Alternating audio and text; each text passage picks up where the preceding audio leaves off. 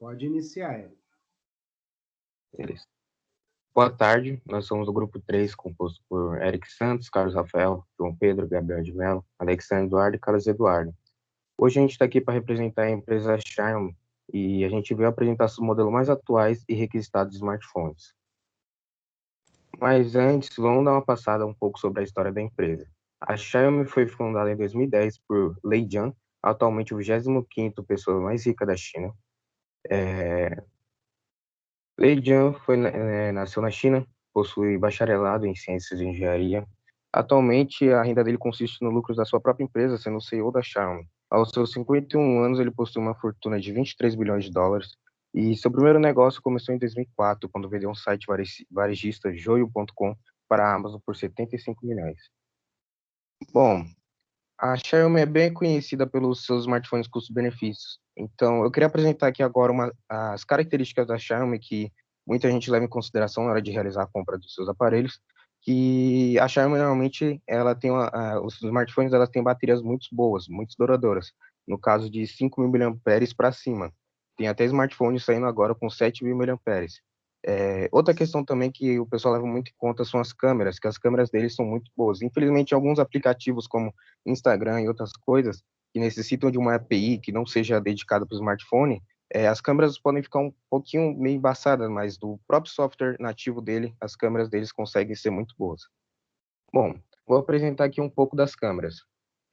Normalmente, nesses últimos smartphones, a gente tem 4 conjuntos de câmeras, que são as câmeras normais, normalmente a câmera que mais tem megapixels, no caso 48, 64, para tirar fotos com os níveis de detalhes bem acentuados. Temos as câmeras widescreen, normalmente utilizadas também para redes sociais, que tem um padrão mais visível para essas redes. Também temos a câmera ultra-wide, que tem um campo de visão muito maior, normalmente 75 ou 120 graus, que permite você tirar fotos de ambientes que às vezes tem pouco espaço ou com muita gente, bem melhor do que com a câmera normal, que é bem mais fixa. Ele também possui câmera macro, zoom e algumas outras funções, como alguns smartphones vêm com câmeras de profundidade, que no caso ajuda nessa questão de efeito retrato das câmeras. Bom, esses daqui foram os smartphones que mais foram pesquisados e mais foram comprados entre o semestre de 2020 e 2021, que neles são o Mi 10 Ultra, o Redmi Note 9 Pro, o Poco X3 e o Redmi Note 9S. Esse foi os smartphones que a galera mais escolheu pela questão de eles entregarem um custo-benefício bom e um preço não muito alto. Bom, agora o Carlos vai começar a falar sobre o Xiaomi 10 Ultra. Então, o Xiaomi Mi 10 Ultra, ele é sem dúvida o melhor smartphone que você pode comprar até agora. Comemorando o 10º aniversário da Xiaomi, o Ultra ele expande limites de série. Ele tem a câmera traseira, que é bem impressionante, podendo ter até 48 megapixels.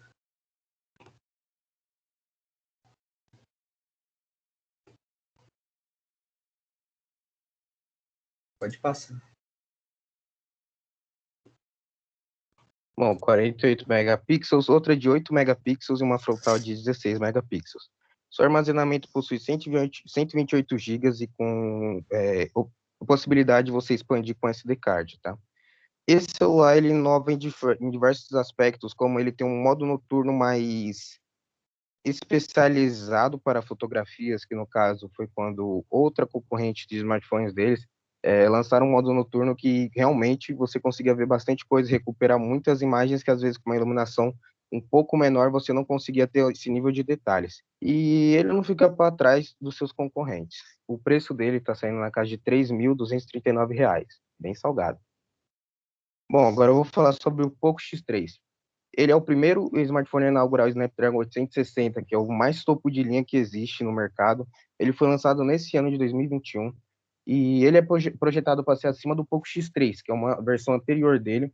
No caso, essa Pro, ela traz alguns benefícios a mais em relação ao seu nível de processamento, mas ela não é tudo isso, porque ela também perde em alguns aspectos.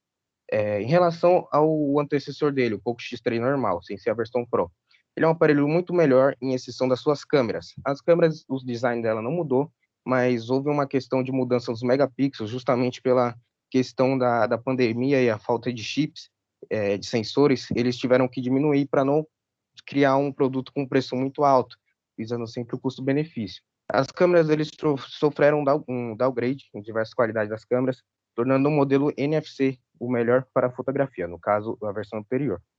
No entanto, o celular dele funciona muito bem, e funciona muito bem para as pessoas que demandam esse celular, porque ele possui uma tela de 120 Hz, também armazenamento de 128 GB e 6 GB de RAM. O preço dele está saindo aí na faixa de R$ 1.733.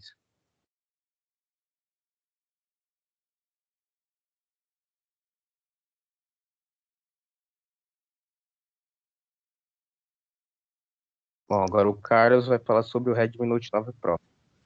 O Redmi Note 9 Pro, ele é a melhor de sua linha. Ele é um smartphone Android avançado com todos os pontos de vista e características excelentes.